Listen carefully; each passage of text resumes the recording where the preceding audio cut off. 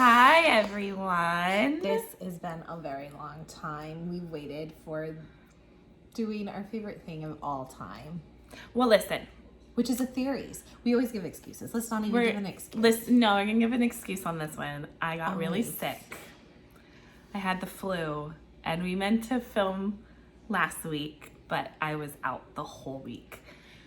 So, yeah, we're coming a little late with this one yet again.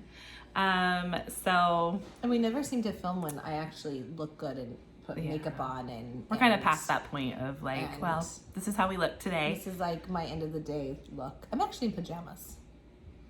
She's She would tell you. I just got home from work. So, my little pajamas. Yep.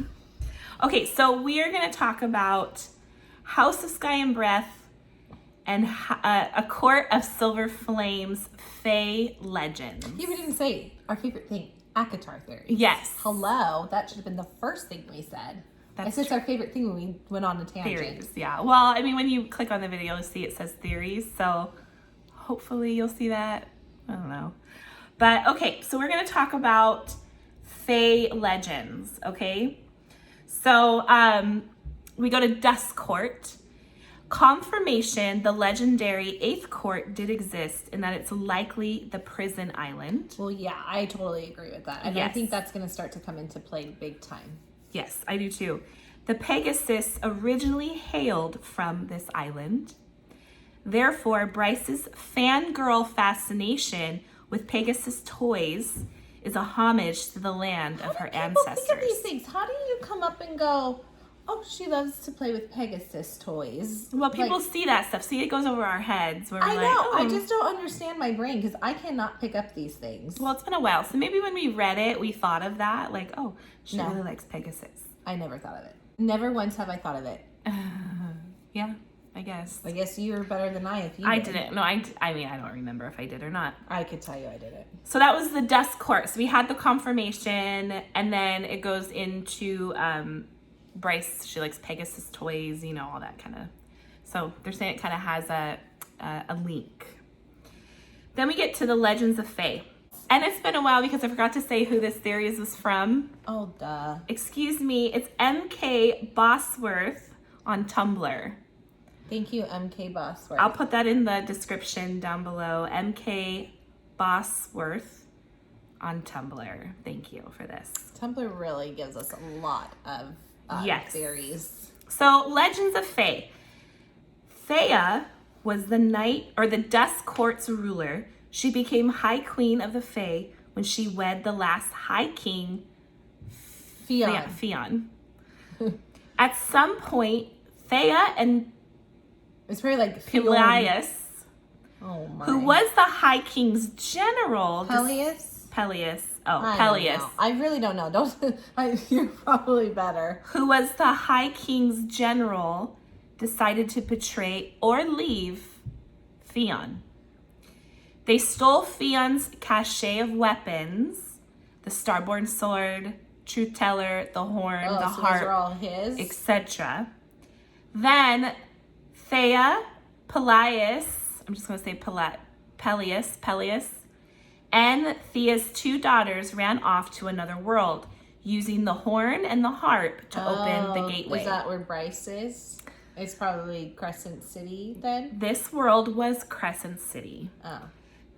Thea and gang quickly figured out who the Asteri were. Their old masters, the Daglin. Okay. Okay? Thea decides to join forces with the armies of hell to destroy the Asteri. This is likely how Thea and Adis meet and then fall in love. Peleus, who likely didn't like being replaced or demoted, decided to align with the Asteri. He killed Thea on the battlefield and then crowned himself prince by forcing the eldest Starborn daughter, Helena, to marry him. Oh, this force. My goodness. Jessica's comment to Adis about "don't F us over this time" likely means that Thea died. Adis and his brothers decided to take their armies back to hell and leave Peleus and the Fae, as well as the rest of the people of Crescent City, to fend for themselves against the Asteri. Obviously, that didn't end well.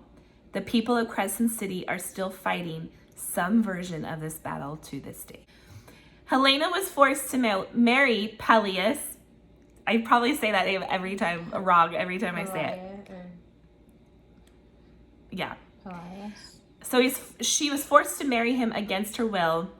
Helena and her say that last Helena. Helena was forced to marry Peleus or whatever. Against her will.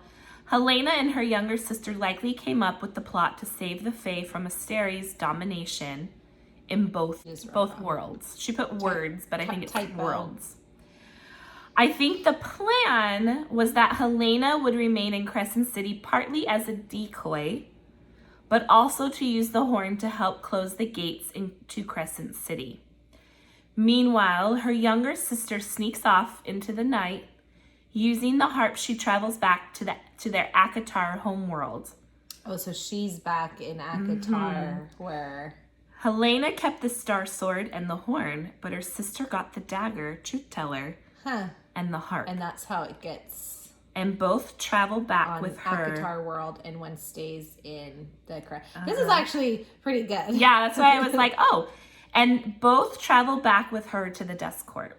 It's the most that I've heard that makes 100% sense how things got separated. Yeah. I don't know. The images Nesta saw when touching the harp are of the Fae in Crescent City. Okay. They are trying to get back through the gate into their ACOTAR homeworld. But there wasn't enough time for everyone to make it through.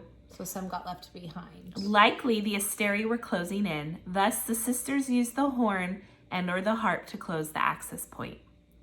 Some of the Fae were in fact trapped in the walls when this happened. So the prison. Wait, say that again. So some of the Fae were trapped. That would be the prison thing that we hear in that thing. Okay. Perhaps this is the magical art that caused the island to die. That makes sense. I love this theory. I feel like this is it. I feel like we're going to see this in the next book. Yeah, maybe. Maybe. But we're always wrong. You know, they always throw us for a loop. Regardless, I really feel every time I think I can see something, it ends up being something different. Yeah. I mean, her mind's gonna be something. All these theories, but this is a good one. Listen, there has to be some sort of theory that we've had on this channel, or that's that someone's come up with that has to be right. I mean there's or tidbits of it, or like certain people, or there's whatever. Just so many directions. But I just wish my brain was so brilliant that I can think of these things. I just love these people and how they think of this. Just to be in the mind of Sarah J. Maas, she came up with this all. Yeah, she has everybody's head. I'm just wishing I could come up with theories like this. I know. We do not claim that trophy. That goes to all you guys. Never have. Okay, so Helena's sister went on to close all the access points in the ACOTAR world. In Prythian, the access points are likely the 3 mountains, the middle, the prison, and Ramiel. There may be others on the continent, maybe Koshi's Lake. With the access points closed, Helena's sister had no way to return to Crescent City. She lived in Prythian for the rest of her life. Given the... What? So that's how the separation goes. There's no way to leave. But they just took this to their grave. Yeah. And no one knows about this, like Rhysand and no one who's high up. Yeah.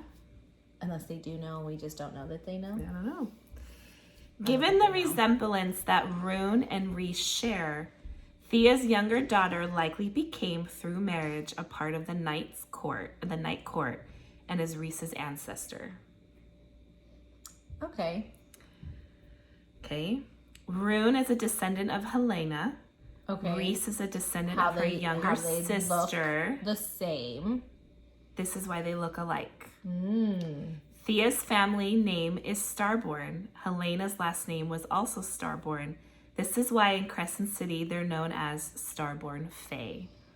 Rhys's family name is Starborn. I think this is it. I It was think this is how the book's passed gonna go. This person probably knows essay. yeah. Essay. Sarah J. Maas. Oh. SJM, I said essay. I don't know. It was passed on from the unnamed sister. They think that this could be the outcome, because we always do wonder who Rhys is, you know, what's his last name? And why does Rhys and Ruhn look so similar? This could, I actually agreed with this, that's why I wanted to do this one. This has a lot of, it makes a lot of sense, I guess I should say. Well, and that's what I was saying, like, this to me, it is sounds the most concrete. Like, I know it's not saying that that's what it's going to be, but I mean, it makes the most sense from everything that we've heard. It really does. This person put a lot of thought into this and how, like, I mean, like the Pegasus thing, I would have never. Yeah, my mind just does not work that way. And like, I mean, she put a lot of thought into how things could go, like closing off. I don't know. I agree. And then, so someone responded, J.K. Bishop responded saying, this is exactly what I think happened. Plus, it's canon from Throne of Glass that nothing is merely a coincidence, and parts of a bloodline can be fated to be expressed generations down the line. Thus, why Rhys and Ruhn look so alike and aren't directly related except through their lineage back to the two sisters. I'd love it if Rhys is a Starborn, hunting for signs on my reread that perhaps Velaris is a Duskcourt city. Question mark. Or I guess I should say, is a Duskcourt city? Question mark. Expression. Yeah. Hence why he was pulled to it. I don't think it's an accident that the Night Court has 2 subcourts and 2 High Lord lines. Moore's family and Rhys's family. Yeah. So I thought it made a lot of sense. It's not very long, but I thought it made a lot of sense. Thank God this is not very long. I know. No, I actually really like it. I think this is, like I said, I've said it already multiple times. I think it's one of the best ones I've heard, best to be honest. explanation that can go with everything. Well, as to why Rhys and Ruhn look so similar. Yeah, and how the worlds will collide. Now, how is Throne of Glass going to be tied into this? That's my next one. I wonder how she's going to get this one. I really think all of them will collide. I mean, if you're already... So Aelin, you think is going to start coming into the picture? Oh, absolutely, 100%. Why wouldn't they? If you can open a portal, and we've seen in Kingdom of Ash, the Throne of Glass series, we saw when Aelin is kind of falling through different realms, she passes through and sees a pregnant Feyre and Rhys, and he slows her down when she's falling through and helps her. So you know right then and there that the connection can be made. The portals open into the worlds and she was falling through them, right? So we know that this is of the same, what would you say? The same world, different times? What are they different, whatever you would say. Because it's different worlds. Because Crescent City, or same universe? Would you say same universe, different worlds? I guess would be the better thing. Because Crescent City is obviously a more modern time. Yeah. Where ACOTAR is a little bit of an older, and like, so I 100% think that all 3 are going to collide into one. Yeah. At some point, and we're gonna get the 3 badass girls, Feyre. Well, and plus, I mean, come on, like Nesta and we're gonna love Elaine. I keep telling everyone that Elaine, and then but the 3 main girls would be Bryce, Feyre, and Aelin. See, I haven't really read Throne of Glass. I know I need to get on it. But I really like Aelin. She's like my favorite. Because I know all about her, even though I haven't read. My favorite. Yeah, you haven't read it, and you did know, like, oh, did he slow her down? Like, so she's heard a lot. Listen, Sarah reads comments, so she gets a lot of spoilers. She's heard us talk about I feel like things. I know the book so well that, I just... And the funny thing is, she has no idea what even happens. There's so much that happens in that series. I know what happens. I just don't know the little... No, that's what I'm saying. Like, all the big things that turn into one little thing, whatever. But you really should. You should audiobook them and drive. I should. I have a long drive to work, so. Yeah, drive, listen, put makeup on, listen, get them done. But especially if I really do feel we're going to collide. Now, here's the thing I'm trying to figure out. Is the next Crescent City going to be more focusing on the ACOTAR and Crescent City? Or will they start to focus with those and then start opening the world, and Aelin will come into this? Or is Aelin going to be another? I don't know. Yeah. But I do feel there's going to be a build up, and then maybe Aelin comes in late. I don't know. But I do think it's all going to start to... I guess what I'm trying to figure out is Crescent City going to start... Okay, it is, but I guess I do know this. I guess it's hard for me to say. I have to think this through, and I just like kind of started blabbing this out. But Crescent City is going to set up for I think the bigger book would be ACOTAR, where everything's I don't know. Does that make sense? Gonna collide. I think this is going to be our stepping stones to what's going to happen. So my question is, bear with me. I'm sorry, guys. If this makes sense, you can just say it made no sense. Will the Throne of Glass world, and I can't remember what's like what the world is like, you know, like Prithian is in in Throne of Glass. Yeah, what's the world? I can't remember the world. Starts with a T, right? Theresian. I don't remember right now. But that's what I'm trying to think. Is that world going to open?